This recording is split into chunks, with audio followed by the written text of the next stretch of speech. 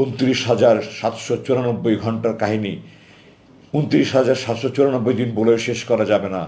আল্লাহ আমাকে চোখ দিয়েছেন আল্লাহর পৃথিবী দেখার জন্য। আমার এটা অধিকার, আমার সেই অধিকার কেড়ে নেওয়া আছে। আমি আল্লাহর আকাশ দেখিনি, বা সূর্য দেখিনি, চাঁদ দেখিনি, মেঘ দেখিনি, বৃষ্টি দেখিনি, রোদ দেখিনি।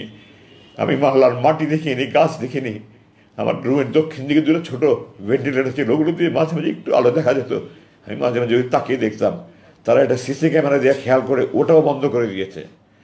আমার বুক হাহাকার করতো, আমি আল্লাহর দুনিয়া দেখতে চাই। মাঝে মাঝে মনে হতো আমি বন্ধ করি তাহাজ্জুদ পড়ে, যে আল্লাহ যারা তোমার দুনিয়া দেখা আমার জন্য বন্ধ করে দিয়েছি, তুমি তাদের দৃষ্টিশক্তি বন্ধ করে দাও। কিন্তু আমি আল্লাহর কাছে বিচার দিয়েছি, আল্লাহ আমি বন্ধ করি না, তুমি আকামুল হাকিমিন, সর্বশ্রেষ্ঠ বিচারক আল্লাহ, তুমি তাদের ব্যবস্থা নিও। সারা রাত আমি তাহাজ্জুদে আল্লাহর কাছে চোখ ফেলে ফেলে, চোখের পানি ফেলে কান্না করলাম, আল্লাহ এই নামাজ যদি আমার শেষ নামাজ হয়, আর জালেমরা যদি আজকে আমাকে, তোমার জালেমদের হাতে আমার মৃত্যু রেখে থাকো, তুমি আমাকে শহীদের মর্যাদা দিও। আর আমার লাশ যেন কুকুর বিড়াল না খায় আল্লাহ। আমার লাশটা অক্ষত অবস্থা আমার মাতৃ সন্তানদের কাছে পৌঁছে দিও। আমি তাহাজ্জুদের ফজর নামাজ পড়ে, দোয়া পড়ে বিছানায় শুলাম, চোখে তো ঘুম আসে না। আমি আমার মার সাথে খেতে বসেছিলাম। এই সময় সরকারের গুন্ডা বাহিনী, আমি গুন্ডা বাহিনী এই জন্যই বলছি যে আইন প্রয়োগকারী সংস্থার লোক ওয়ারেন্ট ছাড়া, মামলা ছাড়া, ওয়ারেন্ট ছাড়া উঠিয়ে নিয়ে যাওয়া মানেই গুন্ডারদের কাজ। সুতরাং যেই করুক না কেন সে গুন্ডা, এবং এটা করেছে সরকারের যেই বাহিনী হোক, সরকারি গুন্ডা বাহিনী। সরকারের গুন্ডা বাহিনী আমার বাসায় আসে, এবং তাদের মধ্যে যাকে আমার একজন অফিসার বলে মনে হয়েছে, আমি 30 বছর একটা বাহিনীতে চাকরি করেছি, আমি পোশাক দেখলে বলতে পারি কে অফিসার, কে নিম্ন পদবীর কর্মকর্তা। তো যাকে আমার অফিসার বলে মনে হয়েছে, সে আমার সাথে অত্যন্ত দুর্ব্যবহার করেছে, আমাকে তুই করে কথা বলেছে, আমার সাথে চরম দুর্ব্যবহার করেছে। আমি তাদেরকে জানতে চেয়েছি আপনারা কারা, আপনাদের পরিচয় কী, আপনাদের পরিচয়পত্র দেখান। তারা আমার কথার জবাব দেয়নি। আমি বলেছি আপনারা আইন প্রয়োগকারী সংস্থা নাকি, আপনাদের আইন প্রয়োগকারী সংস্থা, আপনারা পরিচয়পত্র দেখান। কোনো জবাব দেয়নি। আমি জিজ্ঞাসা করেছি আমার বিরুদ্ধে কোনো মামলা আছে, কোনো ওয়ারেন্ট আছে? মামলা ওয়ারেন্ট ছাড়া আমাকে আপনারা গ্রেফতার করতে পারেন না, আপনারা আমাকে উঠিয়ে নিয়ে যেতে পারেন না, আপনাদের পরিচয়। তারা আবার কোনো কথার জবাব না দিয়ে খালি বলছে হাত দেন, হাত দেন, হাত দেন, হাত দেন, হাত করা হাতে নিয়ে বসে আছে, হাত দেন, হাত দেন, হাত দেন। এবং এই পর্যায়ে দ্যাট অফিসার একটা অসভ্য, তার পারিবারিক কোনো শিক্ষা আছে বলে আমি মনে করি না। কোনো ভদ্রলোকের মানুষ এরকম করতে পারে না। আমার মতো একজন ব্রিগেডিয়ার জেনারেলকে সে তুই তাকারি করে কথা বলেছে। সে মানে খালি আমার গায়ে হাত তুলে নিয়ে বাকি এমন দুর্ব্যবহার করেছে, এবং শেষ পর্যন্ত আমি আমার সম্মান বাঁচানোর জন্য আমি হাত উঠিয়ে দিচ্ছি, না হলে তারা আমার গায়ে হাত উঠিয়ে দিত। আমি হাত দিয়েছি, হাত বেঁধেছে, আমার চোখ বেঁধেছে, চোখ বেঁধে আমাকে নিচে গাড়িতে গিয়ে উঠিয়েছে, মাইক্রোবাসে নিয়ে উঠিয়েছে। এবং তখন পর্যন্ত আমি বলছি বারবার যে আমি সাবেক ব্রিগেডিয়ার জেনারেল, আমার জানার অধিকার আছে আপনারা কারা কারা নিচ্ছেন। তখন আমাকে তুই তাকারি করে কথা বলেছে, তোর সেনাবাহিনী, তোর এটা সেটা, এইভাবে কথা বলেছে আমাকে। তারপরে গাড়িতে নিয়ে আমাকে মুখোশ পরিয়েছে। তারপরে তারা আমাকে বাড়ি থেকে নিয়ে গেল। এখন আমি ফিরে এসে আরও যা জানতে পারছি সেটা হলো তারা আমার স্ত্রীর সাথে চরম দুর্ব্যবহার করেছে, তাকেও তারা উঠিয়ে নিয়ে যেতে চেয়েছিল এবং তার সাথে চরম দুর্ব্যবহার করেছে।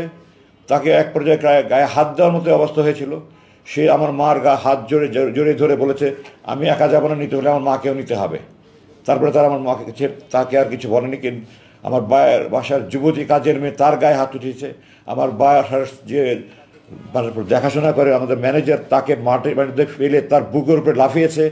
বাসার যত সিকিউরিটি গার্ড ছিল, দারোয়ান ছিল, যত কর্ম ছিল, তাদেরকে নির্মমভাবে তারা নির্যাতন করেছে। আমার বাসা তছনছ করে তারা আলমারি, বাক্স সব কিছু তারা ভেঙে চুড়ে, তারা মোবাইল, কম্পিউটার আর যা ইচ্ছা তারা নিয়ে গিয়েছে। আলমারি, স্টিল আলমারিগুলো তারা ভেঙে ফেলেছে। এবং আমাদের বাসার রাস্তাটা 200 গজের গলির সামনে বন্ধ। মহল্লা কমিটি তারা সিসিটিভি দিয়ে আমাদের পুরো এলাকাটা কাভার করা আছে। তারা সিসি ক্যামেরাগুলি সব ভেঙেছে, যেখানে রেকর্ডার আছে সেই বাসায় গিয়ে দরজা ভেঙে তারা রেকর্ডার নিয়ে গিয়েছে এবং সমস্ত এলাকার একটা ত্রাসের সৃষ্টি করে তারা আমাকে নিয়ে চলে গেল। প্রায় আমার চোখ বাঁধা, মুখ বাঁধা, মুখে মুখোশ পরা, আমার তো জানার কোনো উপায় নেই আমাকে কোথায় নিয়ে যাচ্ছে। ডানে বামে করে প্রায় ঘন্টা দেড়েক ড্রাইভ করে আমাকে একটা রুমে নিয়ে গেল। রুমে নিয়ে গিয়ে আমাকে তারা চোখ হাত খুলে দিল এবং আমাকে একটা পায়জামা দিল, একটা লুঙ্গি দিল, বলে আপনার কাপড় পাল্টে দেন। তো আমি কাপড় পাল্টিয়ে ওগুলো দিয়ে দিই। আমার প্যান্ট শার্ট পরানো ছিল, ওগুলো দিয়ে দিলাম। আমাকে আমার পরনে একটা স্যান্ডেল ছিল যেটা আমার বাবা পরতেন, আমার বাবার স্মৃতিস্বরূপ আমি ওই স্যান্ডেলটা পরতাম। তারা আমাকে একজন স্যান্ডেল দিল, আমার স্যান্ডেলটা নিয়ে যেতে গেলে আমি স্যান্ডেল নিতে দিই না, আমি বলেছি না এটা আমার বাবার স্মৃতি, আমি এটা দেবো না। তারা অনেক জোরাজোরি করেছে, আমি বলছি না আপনারা দেবো না, আপনারা যা করতে পারেন, আমি আমার স্যান্ডেল দেবো না, এটা আমার বাবার স্মৃতি। তো শেষ পর্যন্ত তারা আমাকে স্যান্ডেল রাখতে দিয়েছে। তারপর আমাকে খাবার দিয়েছে তারা, এক প্যাকেট বিরিয়ানি। তখন কি বিরিয়ানি খাওয়ার মতো কোনো মানুষ সাথে থাকে? আমি খাবারে তো খেতে খাইনি তখন পর্যন্ত, আর বিরিয়ানি তো কেন, আমি তো তখন মৃত্যুর আশঙ্কা করছি। আমি গাড়িতে জিজ্ঞাসা করেছিলাম আপনারা কি আমাকে ক্রস ফায়ারের জন্য নিয়ে যাচ্ছেন? তো আমার পাশে থেকে একজন বললো না, আমাদের উপরস্থ কর্তৃপক্ষ আপনাদের কথা বলবে, কথা বলা শেষ হলে আপনাকে দিয়ে যাবো আমরা। রাতে আমাকে দিয়ে গেল, আমি নামাজ আসায় আগে পড়েছিলাম। ভোর রাতের দিকে আমি টয়লেটে গিয়ে তাহাজ্জুদ অজু করে সে তাহাজ্জুদ নামাজ পড়লাম, ফজর নামাজ পড়লাম। আমার রুম থেকে আমাকে টয়লেটে নিয়ে যাওয়ার পথে প্রায় 50 কদম যেতে হতো। আমার দু হাত বেঁধে, চোখ বেঁধে, তারপর মুখোশ পরিয়ে আমাকে নিয়ে যেত। টয়লেটের ভিতরে গিয়ে খুলে দিত, বাইরে দিয়ে তারা স্টিলের দরজা বন্ধ করে তালা মেরে দেখতো, তালা মেরে রাখতো। আমার কাজ শেষ হলে আমি নক করলে তারা দরজা খুলে এসে আবার চোখ বেঁধে, হাত বেঁধে, মুখোশ পরিয়ে নিয়ে আসতো। রুমে এসে আমি তাহাজ্জুদ পড়লাম, তাহাজ্জুদ পড়ে আল্লাহর কাছে খুব কান্নাকাটি করলাম। আর সারা রাত আমি এই আতঙ্কে আছে, একটা আপায়ের আওয়াজ শুনলে আমি মনে করছি এই বুঝে আমাকে ক্রস ফায়ার নিয়ে যাচ্ছে, এই বুঝে আমার ক্রস ফায়ার নিয়ে যাচ্ছে। তো আমাদের সে গুম মানে তো ক্রস ফায়ার, এটাই একটা চিরাচরিত হয়ে আসছে। সারা রাত আমি তাহাজ্জুদে আল্লাহর কাছে চোখ ফেলে ফেলে, চোখের পানি ফেলে কান্না করলাম, আল্লাহ এই নামাজ যদি আমার শেষ নামাজ হয়, আর জালেমরা যদি আজকে আমাকে, তো জালেমদের হাতে আমার মৃত্যু রেখে থাকো, তুমি আমাকে শহীদের মর্যাদা দিও, আর আমার লাশ যেন কুকুর বিড়াল না খায়। আল্লাহ আমার লাশটা অক্ষত অবস্থা আমার মাতৃ সন্তানদের কাছে পৌঁছে দিও। আমি তাহাজ্জুদের ফজর নামাজ পড়ে, দোয়া পড়ে বিছানায় শুলাম, চোখে তো ঘুম আসে না।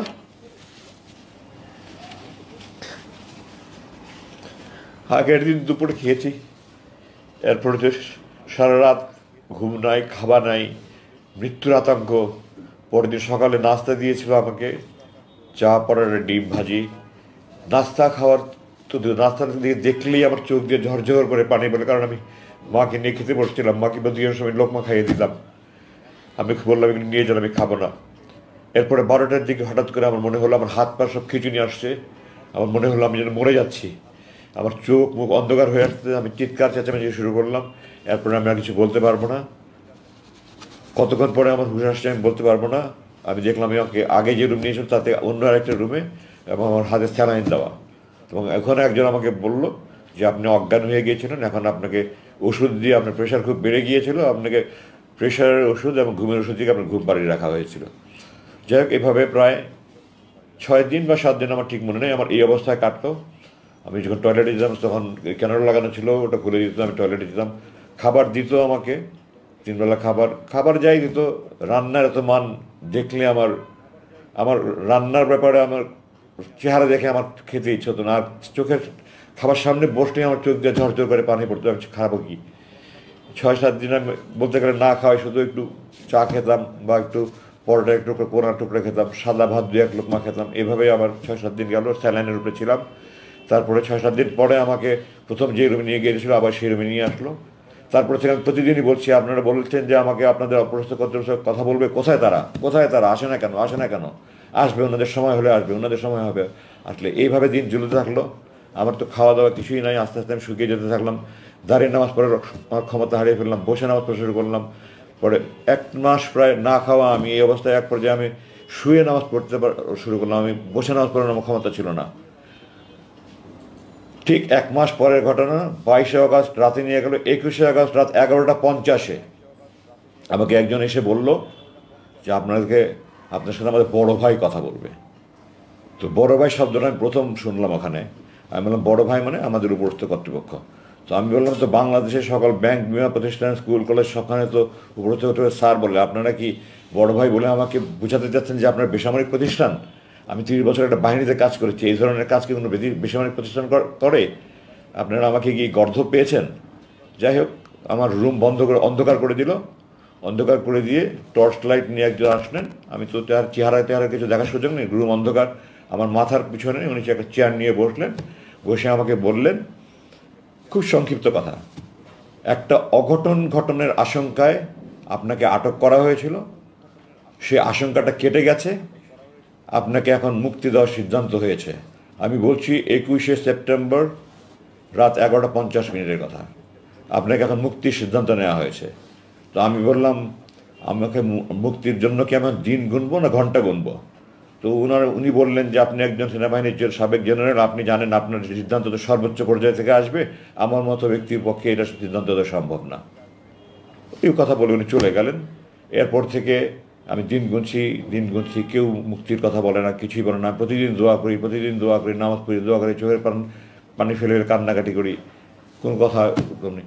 19শে সেপ্টেম্বর, মানে আরও প্রায় মাসখানেক পরে 19শে অক্টোবর প্রথম কয়েকজন অফিসার আসলো আমাকে, তখন আমার রুম থেকে চোখ বেঁধে হাত বেঁধে মুখে পরিয়ে ওখানে একটা রুমে নিয়ে গেলো। এটা তাদের ইন্টারোগেশন রুম, মানে কয়েকটা রুম আছে তাদের ইন্টারোগেশন রুম, এবং ওখানে অন্যান্য বন্দীদেরকে তারা অনেক নির্যাতন করে। আল্লাহর রহমত যে আমাকে তারা আমাকে শারীরিক নির্যাতন করেনি।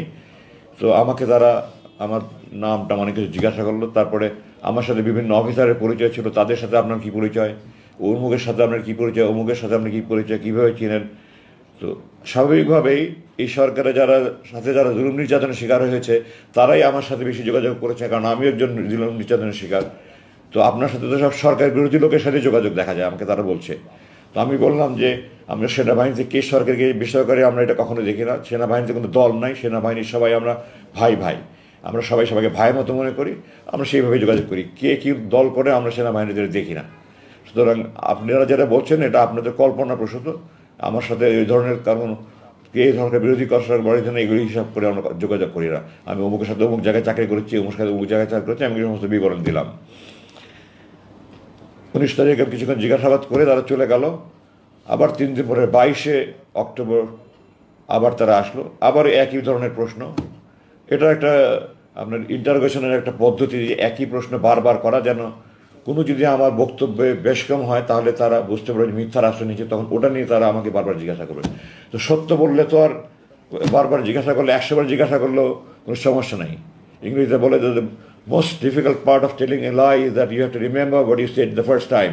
প্রথমে যেটা বলেছিল যদি মনে রাখতে না পারি তাহলে আমি দ্বিতীয়বার উল্টাপাল্টা বললে মিথ্যা হতে হবে। তো আমি যদি মিথ্যা না বলি তো আমার তো এটা মনে রাখার কোনো দরকার নেই। তো আমি দ্বিতীয়বার আমি যা জিজ্ঞাসা করলো একই কথা মনে রেখে একই প্রশ্ন করলো। এরপরে দীর্ঘদিন পর জিজ্ঞাসা করেন, আমি তাদের বললাম আপনারা কতদিন আমাকে এভাবে আটকে রাখবেন, বলে আপনারা থাকেন আরও কিছু জিজ্ঞাসাবাদ করবো। 7ই ডিসেম্বর আমাকে তৃতীয়বার তারা জিজ্ঞাসাবাদ করলো, আগের প্রশ্নগুলি, কিন্তু এই প্রশ্ন এবার কিছু ব্যতিক্রম ধর্মীয় প্রশ্ন ছিল। এখানে তারা আমাকে হঠাৎ করে বলল, আপনি ভারতের বিরুদ্ধে ফেসবুকে এত সোচ্চার কেন? আমি এখন একটু পিছনে দিয়ে ফিরে যেতে চাই। আমি আমার শরীরের প্রতিটা অনুপরমাণু, শিরা উপসারের লোমকূপ, রক্তবিন্দু, সমস্ত অস্থিমজ্জা, খাঁটি দেশপ্রেমিক আপাদমস্ত আমি সৈনিক। আমি দেশের জন্য জীবন দেওয়ার জন্য শপথ নিয়েছিলাম, আমি যোগদান করেছি, আমি এখনও প্রস্তুত দেশের জন্য জীবন দেওয়ার জন্য। তো আমি বলেছি যে আমাকে যে খুব বেশ ভারতের বিরুদ্ধে ফেসবুক এত সোচ্চার কেন? তো আমি বললাম ভারতের বিরুদ্ধে ফেসবুকে সোচ্চার হওয়া যদি বেআইনি হয় তাহলে আপনারা আমাকে আটকে রেখেছেন কেন, বিচার বহির্ভূত হবে, আমাকে সে আইনে মামলা দিচ্ছেন না কেন? আর আমি স্বাধীনতা যুদ্ধের পর থেকে, আমি 2016 সালে 7ই ডিসেম্বরের কথা বলছি, তখন স্বাধীনতার 45 বছর প্রায়। আমি বলছি আমি স্বাধীনতার পরে 45 বছরে ভারতকে বন্ধু হিসাবে দেখিনি। আমি ভারতকে একটা বন্ধু প্রতিবেশী রাষ্ট্র হিসেবে দেখতে চাই। আমাদের ফরেন পলিসি হলো, আমাদের পররাষ্ট্রনীতি হলো friendship to all, malice two নান। সবার সাথেই বন্ধুত্ব, কারোর সাথে বৈরিতা না করে। আমি আমার সকল প্রতিবেশীকে বন্ধু রাষ্ট্র পেতে চাই, কিন্তু বন্ধুত্ব কখনো একতরফা হয় না। আমি আপনাকে বন্ধুর মতো ভালোবেসে যাব, আপনি আমাকে চর থাপ্পড় লাথি মারবেন, এটা কোনোদিন বন্ধুত্ব হয় না। তো আমি দেখেছি তারা আমাদের সমস্ত নদীতে বাদ দিয়ে, ফারাক্কাবাদের মতো বাদ দিয়ে, যখন আমাদের পানির দরকার তারা আমাদের খরা তৈরি করছে, যখন আমাদের দেশে বন্যা তখন তারা বাঁধ খুলে দিয়ে, আপনারা এখন দেখতে পাচ্ছেন, আজকে দেখতে পাচ্ছেন কি হচ্ছে আমাদের এই পূর্বাঞ্চলীয় জেলাগুলিতে, কীভাবে লাখ লাখ মানুষ আজকে কষ্ট স্বীকার করছে। আমি 2009 সালে আমাকে বরখাস্ত করার পর থেকে আমি এই কাজ করছি। আমার বরখাস্ত প্রসঙ্গে আমি একটু পরে আসছি। 2009 সালে কীভাবে আমাকে বরখাস্ত করলেন আমি একটু পরে আসছি। তো আমি তখন থেকে আমি ভারতের বিরুদ্ধে ফেসবুকে সোচ্চার ছিলাম। আমার বোন ফেলানির লাশ 24 ঘন্টা তার কাটা ঝুলেছিল, আমার এখন বুক ফেটে যায়। 2 দিন পর পরে আমার ভাই বোনদেরকে বর্ডারে গুলি করে মারছে, কোনো প্রতিবাদ নাই। তারা আমাদের চারিদিকে তার কাটা বাড়া দিয়ে রেখেছে, ওয়াচ টাওয়ার বানিয়ে রেখে, ডগ বানিয়ে তারা আমাদের বাণিজ্যিক বৈষম্য তৈরি করে রেখেছে। এগুলোর কোনো প্রতিবাদ নাই, কেউ কিছু বলে না। আমি আমার প্রতিজ্ঞা ছিল, আমার পণ ছিল, আমার জেহাদ ছিল, আমি আমার দেশের পক্ষে আমার জীবন যে আমি যা কিছু বলে যাব, আমার ক্ষুদ্র প্রচেষ্টা আমি ফেসবুকে লেখালেখি করছি, এগুলো নিয়ে আমার বিরুদ্ধে তারা খুব ক্ষুব্ধ। আমি বিস্মিত যে বাংলাদেশের কোনো একটা বাহিনী, যে কোনো বাহিনী হোক, তারা ভারতের বিরুদ্ধে আমি যদি ক্ষোভ প্রকাশ করে থাকি, তাদের এত ক্ষুব্ধ হওয়ার কী আছে? তারা কি ভারতপ্রেমী? তাহলে ভারতপ্রেমী না হলে তাদের কেন এত ক্ষোভ হবে? আমি আশ্চর্য হই না যে বিগত সরকার যাদেরকে ব্যবহার করেছে, সেই স্বার্থান্বেষী সেই মহল, তারাও সরকারের দ্বারা প্রভাবিত, তারাও ভারতপ্রেমী ছিল, নাহলে তারা আমার বিরুদ্ধে ক্ষুব্ধ প্রতিক্রিয়া ব্যক্ত করতো না। আমি এই প্রসঙ্গে আরেকটু পূর্বে ফিরে যেতে চাই। আমরা যেমন ভারতকে বন্ধু মনে করলে হবে না, ভারতের আমাদের ইতিহাস জানতে হবে। আমরা যদি ইতিহাস না জানি তাহলে আমরা ভুল করব। আমরা বারবার ভুল করেছি, আমরা এখন আর ভুল করতে চাই না। 1905 সালে এই ব্রিটিশ সরকার আমাদের এই বঙ্গভঙ্গ করেছিল পূর্ব বাংলা মুসলমানদের উন্নতির জন্য। এই ভারত এটার বিরুদ্ধে আন্দোলন করে, বঙ্গভঙ্গ রদ মানে বাতিল আন্দোলন করে, 6 বছর পর্যন্ত বাতিল আন্দোলন করে এটাকে বাতিল করে আমাদের দুই বাংলা এক করেছে। তারা আমাদের মুসলমানদের উন্নতি চায়নি। 1971 সালে, আপনারা জানেন না, দেশবাসীর জানা উচিত এগুলো, আমরা মৈত্রী চুক্তি নামে অক্টোবর 1971 সালে আমাদের অস্থায়ী সরকার একটা চুক্তি করেছিল। সৈয়দ নজরুল ইসলাম সাহেব অস্থায়ী চুক্তি করে স্বাক্ষর করে অজ্ঞান হয়ে গিয়েছিলেন। আমার কথা নয়, আপনারা 266 দিনের স্বাধীনতা আওয়ামী লীগ অ্যাডভোকেট নুরুল কাদেরের বই পড়ে দেখেন। ওনার কথা আছে যে অস্থায়ী সরকারের অস্থায়ী রাষ্ট্রপতি সৈয়দ নজরুল ইসলাম স্বাক্ষর করে অজ্ঞান হয়ে গেছিলেন। ওটা চুক্তি ছিল। আমি 3টা আপনাদের শুধু দৃষ্টি আকর্ষণ করছি। 1 নম্বর, এদেশে কোনো সেনাবাহিনী থাকবে না, এদেশে ভারতের সেনাবাহিনী থাকবে। 2, এদেশের প্রশাসনে যারা মুক্তিযুদ্ধে যোগদান করেছে তারা বাদে বাকি সবাইকে অপসারণ করতে হবে। ভারতের প্রশাসনের লোক এই দেশে প্রশাসন চালাবে। এই দেশের প্রশাসনের শতকরা 1জন লোকও মুক্তিযুদ্ধে যোগদান করেনি, আপামর ছাত্ররা যোগদান করেছে। তার মানে এই দেশের প্রশাসন তাদের হাতে তুলে যাবে। তৃতীয়ত, এই দেশের পররাষ্ট্র মন্ত্রণালয় এবং প্রতিরক্ষা মন্ত্রণালয় ভারতের নিয়ন্ত্রণে থাকবে। আমি দেশবাসীর কাছে জানতে চাই, আপনারা বলেন এটা কি স্বাধীনতার চুক্তি, মৈত্রী চুক্তি না গোলামের চুক্তি? এই চুক্তি যারা করেছে তারা মীর জাফরের বংশধর, তারা এই দেশকে বিক্রি করে দিচ্ছিল। আল্লাহ আমাদেরকে রক্ষা করেছেন। আমি এগুলির বিরুদ্ধে সবসময় সোচ্চার ছিলাম। সেনাবাহিনীর চাকরি করা অবস্থায় আমি এগুলি বলতে পারিনি। 2009 সাল থেকে আমি বলেছি, এটাই ছিল আমার অপরাধ, এটা আমার বড় অপরাধ ছিল। আর অপরাধ, আমি অধ্যাপক গোলাম আজমের ছেলে। এই কারণে তারা আমাকে নিয়ে বন্দি করে রেখেছে এবং এই 29,794 ঘন্টার কাহিনী, 29,794 দিন বলে শেষ করা যাবে না।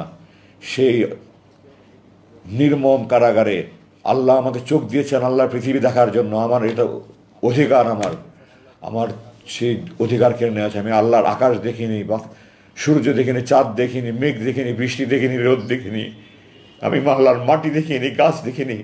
আমার রুমের দক্ষিণ দিকে 2টা ছোটো ভেন্টিলেটার ছিল, ওগুলো দিয়ে মাঝে মাঝে একটু আলো দেখা যেত।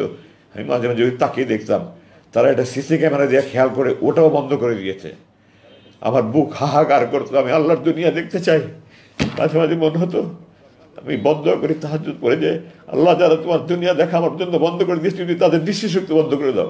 কিন্তু আমি আল্লাহর কাছে বিচার দিয়েছি, আল্লাহ আমি বন্ধ করি না, তুমি আকামুল হাকিমিন, সর্বশ্রেষ্ঠ বিচারক আল্লাহ, তুমি তাদের ব্যবস্থা নিও।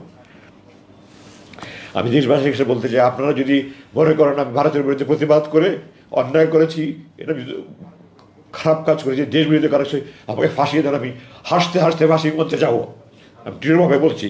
আর যদি আপনারা মনে করেন আমি দেশপ্রেমিক হিসেবে সঠিক কাজ করেছি, তাহলে যারা আমার উপরে জুলুম করছে তাদের বিরুদ্ধে আমি সরকারের কাছে বিচার চাই, আপনাদের কাছে বিচার চাই। আপনারা এদেরকে খুঁজে বের করুন, এদেরকে একটা একটা করে বিচার করে তাদের যদি যার যে প্রাপ্য শাস্তি তা সেই শাস্তি প্রাপ্য দেবে, সরকারের কাছে আহ্বান জানাই।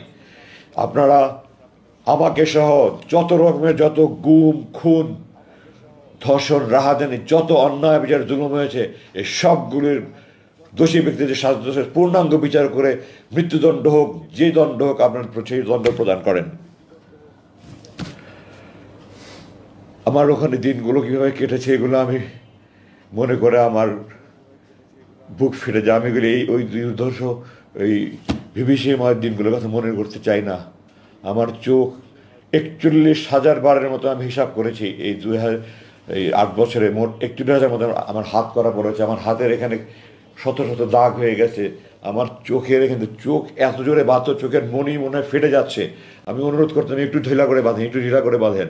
আমার চোখে মনি ব্যথা হচ্ছে, আমার নাককে চাপ পড়ছে, আমি শ্বাস নিতে পারছি না।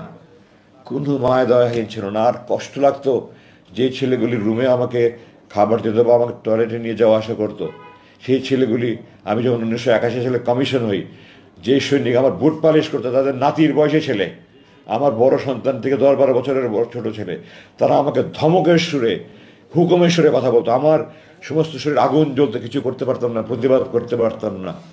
ওখানে দৈনন্দিন প্রশাসন দেখার জন্য একটু সিনিয়র লেভেলের, আমার ধারণা তারা ওই হাবিলদার পর্যায়ের হবে, আমি তাদের কাছে বারবার অনুরোধ করেছি। দু একজন ছিল একটু সহানুভূতির ছিল, দু একজন ছিল তারাও, ওই সুপারভাইজাররা আমার সাথে চরম দুর্ব্যবহার করেছে।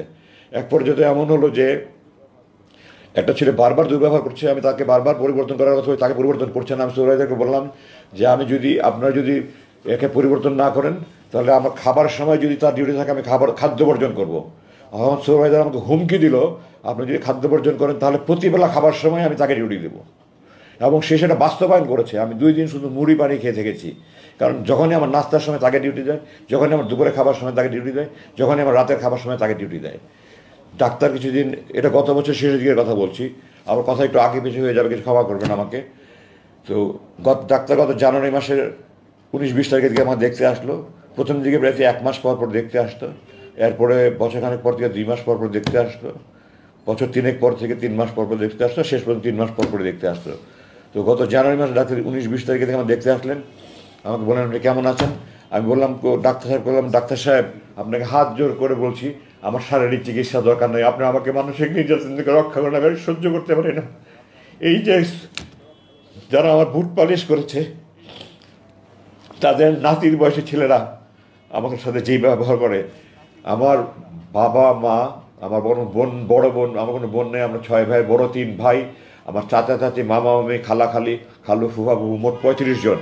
এই 35 জন মিলে সারা জীবনে আমার সাথে দুর্ব্যবহার করেনি। একটা ছেলে শুধু কয়েক মাসে আমাদের যত দুর্ব্যবহার করেছে। আমি সেনাবাহিনীর চাকরি, তো সিনিয়র কর্তৃক দুনিয়াতে বকাঝকা দেওয়া এটা যে কোনো বাহিনীতে হয়ে থাকে। আমার 35 বছর সেনাবাহিনীর চাকরিতে আমার সিনিয়ররা আমাকে এত বকাঝকা করেনি, একটা ছেলে আমার সাথে এত দুর্ব্যবহার করেছে। আমি সুপারভাইজারকে বারবার বলেছি আপনি তাকে দয়া করে পরিবর্তন করেনি। আমি ডাক্তার সাহেবকে সব বললাম, আমি তাকে যখন বলেছি যে আমি খাদ্য বর্জন করবো, সে তখন বলেছে আমি তাকে বারবার ডিউটিতে দিব, এবং সে হুমকি বাস্তবায়ন করেছে। তারপরে ডাক্তার সাহেব দয়া পরামর্শ উনি উদ্বস্ত কর্তৃপক্ষ করে ওই সুপারভাইজার ওই সৈনিককে পাল্টে দিয়েছে। তো আমার এই কষ্ট আমি আপনাদেরকে ভাষায় প্রকাশ করতে পারবো না, প্রকাশের কোনো ভাষা নেই। যারা এই সুপারভাইজারদের বয়সের ছেলেরা, তাদের জন্মের আগে তাদের মতো, আমি তাদেরকে একজনকে বলেছিলাম একদিন যে সুপারভাইজার সাহেব আপনার জন্মের আগে আমি আপনার মতো লোক চড়িয়ে খেলেছি, আমার চোখের ইশারা তারা বুলেটের মতো কাজ করেছে, আজকে আপনি আমার সাথে দুর্ব্যবহার করছেন। সে তারপরেও দুর্ব্যবহার করেছে, এবং দুর্ব্যবহার না, তারপরে আমার চোখ আরও বেশি লাইট করে বাঁধা শুরু করেছে, আরও নতুন নতুন। আগে আমাকে প্রথমত নামাজের সময় বলতো, তারা নামাজের সময় বলেন, আমি বললাম আপনার কি মুসলমানের ছেলে নাকি, আমাকে নামাজের সময় বলেন না। আমি তাহাজ্জুদ করে বসে আছি, ফজরের নামাজ পড়বো, কিন্তু নামাজের সময় বলে না। আমি জোহরের নামাজের টাইম জানতে চাচ্ছি যে জোহরের নামাজে ওয়াক্ত হলে নামাজটা পড়ে একটু শুভ, তারা নামাজের টাইম পড়ে না। আমার আজান মাঝে মাঝে শোনা যেত, হালকা হালকা শোনা যেত, ভেন্টিলেটরটা বন্ধ করার পরে ওটাও শোনা যেত, কারণ মানে রুমের এত চারিদিকে তো আপনার এক্সস্ট ফ্যান আর জেনারেটরের মতো সাউন্ড, আর পানির পাম্পের মতো বিভিন্ন রকমের সাউন্ড, ঠিক এইভাবে কী কী যেন সাউন্ড তারা তৈরি করে, আজান হলে আরও বেশি সাউন্ড তৈরি করে তারা, যেন আমরা আজান শুনতে না পাই। আমি আপনাকে মুসলমানের বাচ্চা, একটা কাফের দেশও তো এরকম অন্যায় করা হয় না বলে আমার মনে হয়। ভারতের মতো দেশ, সেই দেশেও তো আজান শোনা যাচ্ছে মাসে মানুষ আজান, আমি বিভিন্ন দেশে দেখে এসেছি আজান শোনা যাচ্ছে, আর আপনারা আমাকে আজান শুনতে দেবেন না? আপনার কি কি মন মানসিকতা? আপনারা কি আল্লাহর ভয় নাই, আখেরাতের ভয় নাই, জাহান্নামের ভয় নাই? বলেন না আমরা নামাজ পড়ি করে, আপনাদের এগুলি অন্তরের কথা না, এগুলি আপনাদের মুখের কথা। আমি তাদেরকে এইভাবে বলেছি, আমি বহুবার বলেছি, 5 বার আমি লিখিতভাবে দিয়েছি। আপনারা শেষবার আমাকে বললো যে আমরা 7ই ডিসেম্বর যেন আমার কথা বললো, ভারতের বিরুদ্ধে এত সত্যাগ্রহ বলার পরে বললো আমরা আপনার বিরুদ্ধে কিছু তদন্ত করছি, তদন্ত চলাকালীন আপনার থাকতে হবে। তাদের কথাতেই এবং সুরে এবং স্বরে এমন আশঙ্কা হয়েছে তারা আমাকে সহজে ছাড়বে না। আমি বললাম তদন্ত কিসের? আপনারা জানেন এখন বিভিন্ন তদন্ত কমিটি হচ্ছে, এই কমিটি হচ্ছে। একটা ঘটনা ঘটে, ওটা সত্যতা জানার জন্য এবং দোষী ব্যক্তি নির্ণয়ের জন্য তদন্ত হয়। কোনো ঘটনা না ঘটলে কিসের উপরে তদন্ত হয়? বললাম আপনি কিসে তদন্ত করবেন? তারা আমরা বললো যে আপনি লুকিয়ে লুকিয়ে কিছু করছিলেন কিনা এটা তদন্ত। আমি বললাম এটাকে কি তদন্ত বলে? আর যদি তদন্তই হয় আমার বিরুদ্ধে কী অভিযোগ আমাকে জানাতে হবে, আমাকে আত্মপ্রকাশের মাধ্যমে সুযোগ দেবে। আপনারা কী করছেন? বলেন না আমরা তদন্ত করছি, আপনার থাকতে হবে। ওইভাবে আমি চলতে থাকলাম। এবং আমার দিন যত যায়, আমার আশেপাশে আমি তো জানি না কোথায় কি সেল আছে না আছে, আমার তো চোখ বেঁধে নিয়ে যায়, কোথাও নিয়ে আসে, 50 কদম হেঁটে যায়, হেঁটে আসি। আমি আশেপাশের বিভিন্ন সেলকে চিৎকার চেঁচামেচি আহাজারি বিলাপ, আমার বুক ফেটে যেত। আমার তখন আমার কষ্ট যে তাদের কষ্ট আর বেশি হতো। আমি আল্লাহকে দোয়া করতাম, আল্লাহ তুমি এই মজলুম ব্যক্তিদেরকে সাহায্য করো, আল্লাহ তুমি তাদেরকে ধৈর্য সহকারে শক্তি দাও, তাদের পরিবারের প্রতি রহম করো, আল্লাহ তুমি মজলুমদেরকে মুক্তি দাও। সারা রাত বিলাপ করছে, সারা রাত কান্নাকারি করছে, সারা রাত আহাজারি করছে, চিৎকার চেঁচামেচি করছে, এগুলো সহ্য করার মতো নয়। আল্লাহ যে আমাকে এখন মানসিকভাবে সুস্থ রেখেছে কিভাবে, আল্লাহর রহমত। আমি যে মানসিকভাবে পাগল হয়ে যাইনি। প্রতি রাত ক্রস ফায়ারের আতঙ্ক নিয়ে একটা মানুষ যদি দিনের পর দিন বছরের পর বছর আল্লাহর কাছে দোয়া করে, আল্লাহ এটা যদি আমার শেষ নামাজ হয়, আজকে যদি আমার মৃত্যু হয়, আমাকে শহীদ মর্যাদা যদি আমার লাশ রক্ষত অবস্থায় আমার পরিবারের কাছে পৌঁছে দিয়ে মা স্ত্রী সন্তানের কাছে, মানুষের অনুভূতি কী হবে? পৃথিবীর সমস্ত কবি সাহিত্যিক মিলে সারা জীবন লেখা শেষ করতে পারবো না, আমি আমার ভাষা প্রকাশ করতে পারবো না। এত কিছুর মধ্যে আমি নিরাশ হইনি। কোরআনে আল্লাহ বলেছে, লা তাকনাতু মির রাহমাতিল্লাহ, তোমরা আল্লাহর সাহায্য থেকে নিরাশ হয়ে না। হতাশা এসেছে, বিষণ্ণতা এসেছে, দিনের পর দিন খাবার খায়নি, মন ভেঙে একেবারে চুরমার হয়ে গেছে, আমি আল্লাহর সাহায্য থেকে নিরাশ হইনি। আল্লাহর সাহায্য থেকে নিরাশ হইনি। আল্লাহ আপনাদের দোয়ায় আমাকে সেই শক্তিটা দিয়েছিলেন, এবং আল্লাহ শক্তি দেওয়ার ফলেই এই ছাত্র জনতার এই গণবিপ্লবের মাধ্যমে যে বিজয় অর্জন হয়েছে, এরপরে আমাকে তারা মুক্তি দিতে বাধ্য হয়েছে। এই প্রসঙ্গে আমি একটা কথা একটু গুরুত্বের সাথে বলতে চাই।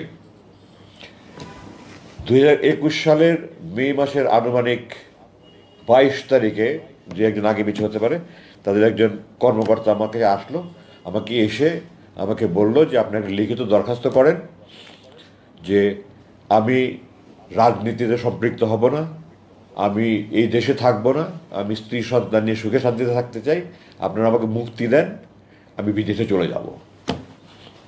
আমি তাদেরকে বললাম, আমি স্বাধীন দেশের স্বাধীন নাগরিক, আপনারা অবৈধভাবে আমাকে অপহরণ করেছেন, অবৈধভাবে আটক করেছেন, আপনারা আমাকে এখানে যে আটকে রেখে জুলুম করছেন, নির্যাতন করছেন, আমি এটা মানি না, মানব না, মিটিং মিছিল করতে পারছি না।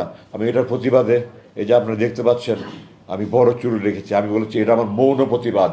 আপনারা যখন মৌন প্রতিবাদ দেখেন, মিটিং মিছিল হয় না, শুধু প্ল্যাকার্ড হাতে নিয়ে থাকে, আমি বলেছি এটা মৌন প্রতিবাদ। যতবার এটা দেখবেন আপনাদের যেন মনে হয় আপনারা আমাকে অবৈধভাবে অপহরণ করেছেন, অবৈধভাবে আটক রাখছেন, আপনারা আমার জুলুম করছেন, হারাম কাজ করছেন, এই কথাগুলো যেন আপনাদের বুকে বাঁধে, এ আমার মৌন প্রতিবাদ।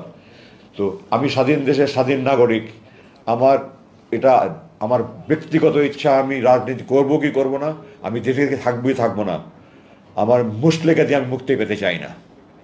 আমার আল্লাহ আমাকে এই সৎ সাহসটুকু দিয়েছিলেন, আমি এটা দৃঢ়তার সাথে বলেছি, তারপরে আমাকে আর কিছু বলেনি।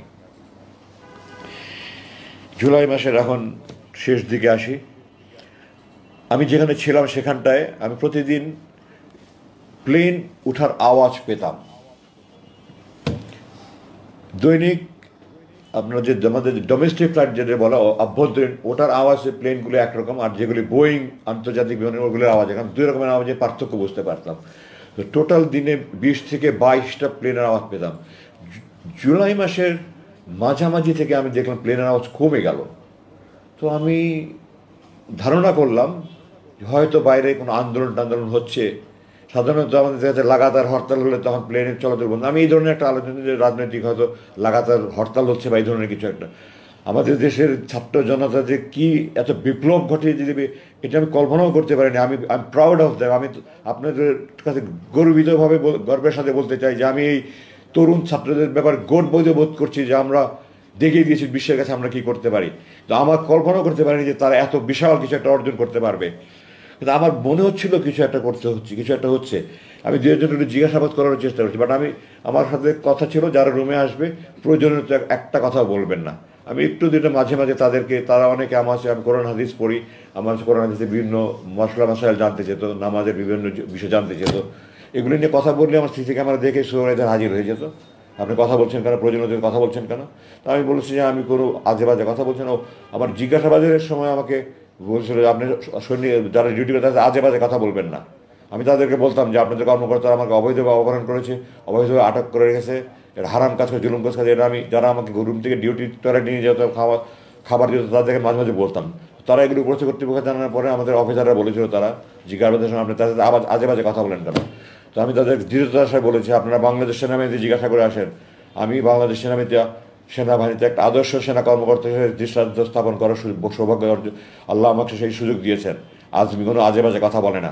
আপনারা বলেন আমি কি হতো, একটা বাক্য বলেন আমি কি আজে বাজে। তারা তো এই কথা বলতে পারছে না, মুখ দিয়ে উচ্চারণ করতে পারছে না, আমরা অবৈধ কাজ করেছি, অপহরণ কাজ করেছি, এগুলো মুক্তি বলতে পারছে, খালি বলে আজে বাজে কথা বলবেন না। আমি বললাম আমি কোনো আজে বাজে কথা বলি না, যা বলি আমি প্রয়োজনে কথা বলি। ওই সুপারভাইজার এসে বলে যে আপনি প্রয়োজনীয় কথা বলবেন না। আমি বললাম আপনার প্রয়োজন আর আমার প্রয়োজন তো এক না। আমি তাদেরকে আল্লাহ রসুলের কথা বলি, আমি আল্লাহ রসুলের কথা বলেই যাব। আমার যদি মৃত্যু হয় তাও আমি বলে যাব, আপনি যা পারেন করেন। তারপরে শুধু বললেন না আপনি কথা বলেন না, উপরস্থ কর্তৃপক্ষ জানলে অসুবিধা হবে। তো আমি সময় সুযোগ মতো তারা জিজ্ঞাসা করতো, বলতাম, অনেক সময় আমার মন ভালো থাকলে আমি নিজে থেকে বলতাম। তো জুলাই মাসের 5 তারিখে যে বিপ্লব হয়ে গেছে এটা তো আমি জানি না। আমাকে 5 তারিখ 10:30টার সময় এসে বললো যে আপনাকে ডাক্তারের কাছে নিয়ে যাওয়া হবে।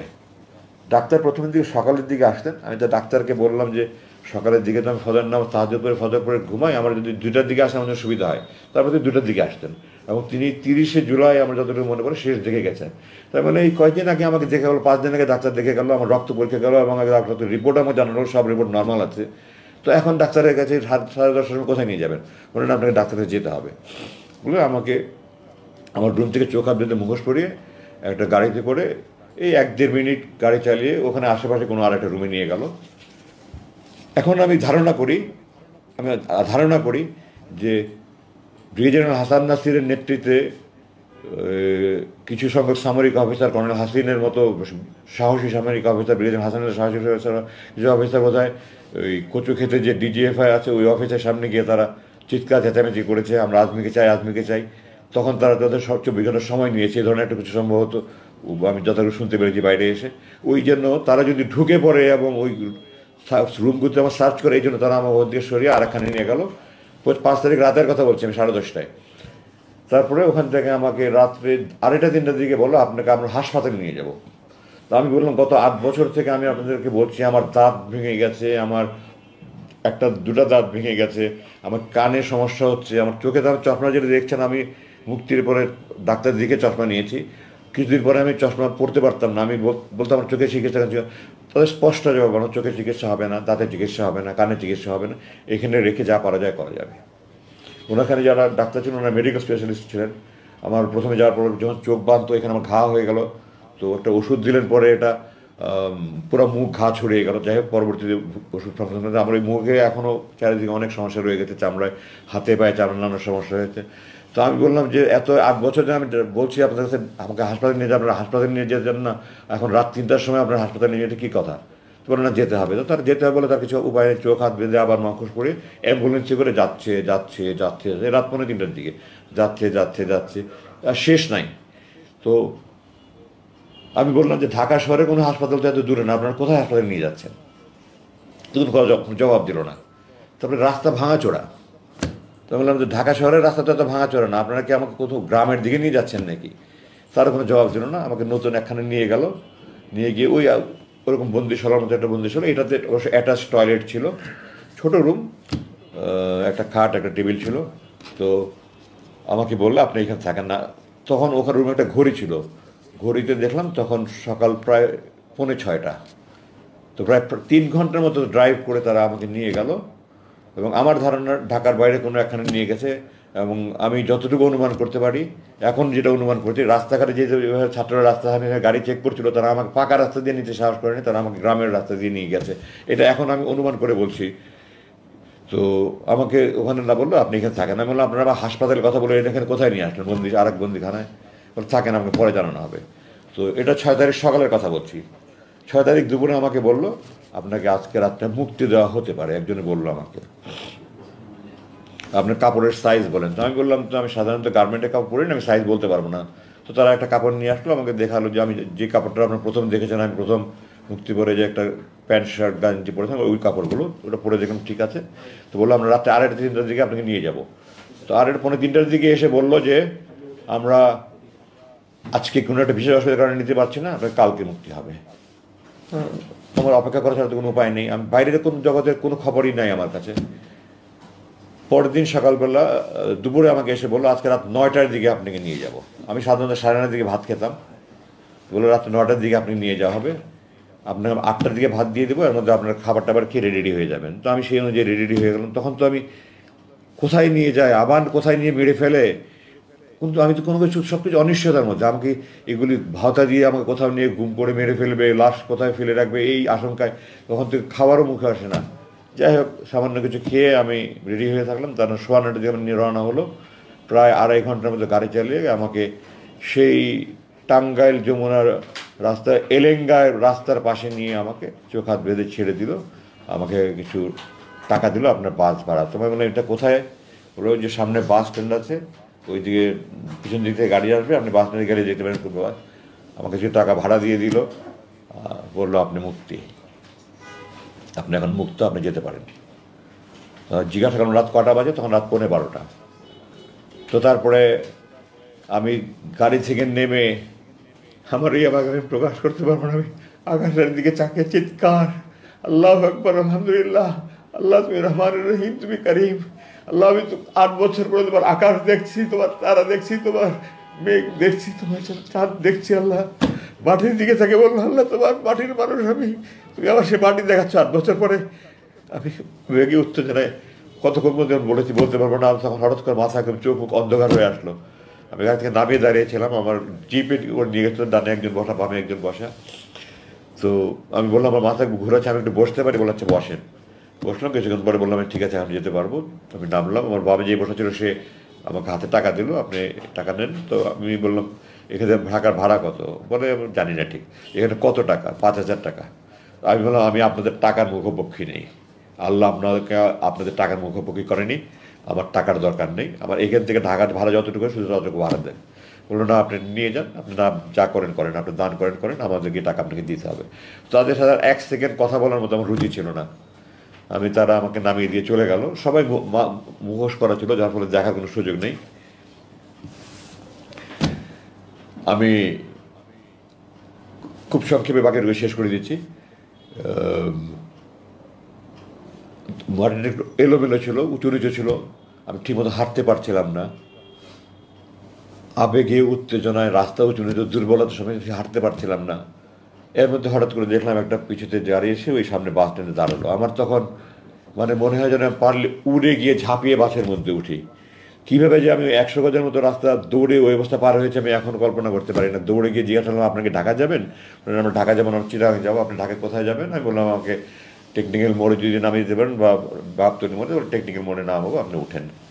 তো আমি বাসে উঠলাম, উঠে পিছনের দিকে গিয়ে একজনের কাছে বললাম যে আমার তো মোবাইল নাম্বার না, আমার 2টা নম্বর ফোন নাম্বার আমার জানা ছিল, আমার স্ত্রীর নাম্বার আর আমার সাথে ভাইয়ের নাম্বার, এই নাম্বার দুটো মনে ছিল। আমি দুজনকে ফোন করে বললাম, তারা আরও লোকজনকে নিয়ে তারা ওখান থেকে টেকনিক্যাল মোড়ে এসে আমাকে ওখানে নামিয়ে নিল।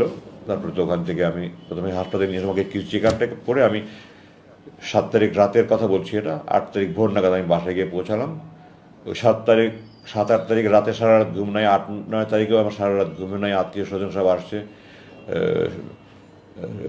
9 তারিখ রাতে আমি অজ্ঞান হয়ে গেলাম। তারপরে আমাকে হাসপাতালে নিয়ে আসা হলো। আমি তখন থেকে চিকিৎসাধীন আছে। আমার শরীরে নানা রকমের সমস্যা, বড় খুব বেশি সমস্যা না হলে নানা রকমের সমস্যায় ভুগছি, এগুলো চিকিৎসা চলছে। আমি চিকিৎসার কারণে আপনাদের কাছে আসতে বিলম্ব হলো আমার মোটামুটি এই ছিল আমার বন্দি জীবনের দুর্দশার কথা। আমি আমার বাকি খুব সংক্ষিপ্তভাবে শেষ করব। আমি এখানে বলতে চাই আমার মূল 2টা কারণে তারা আমাকে ধরে রেখেছে। 1, আমার পৈতৃক পরিচয়, আমার পারিবারিক পরিচয়। 2, আমি ভারত বিরোধী। এবং এটা স্পষ্ট যে আমি বিদেশি চক্রের গভীর ষড়যন্ত্র শিকার হিসাবে তারা আমাকে আটকে রেখেছিল। মুক্তির সিদ্ধান্ত দেওয়ার পরেও বিদেশি প্রভুদের হুকুমে আমাকে আটকে রাখা হয়েছিল।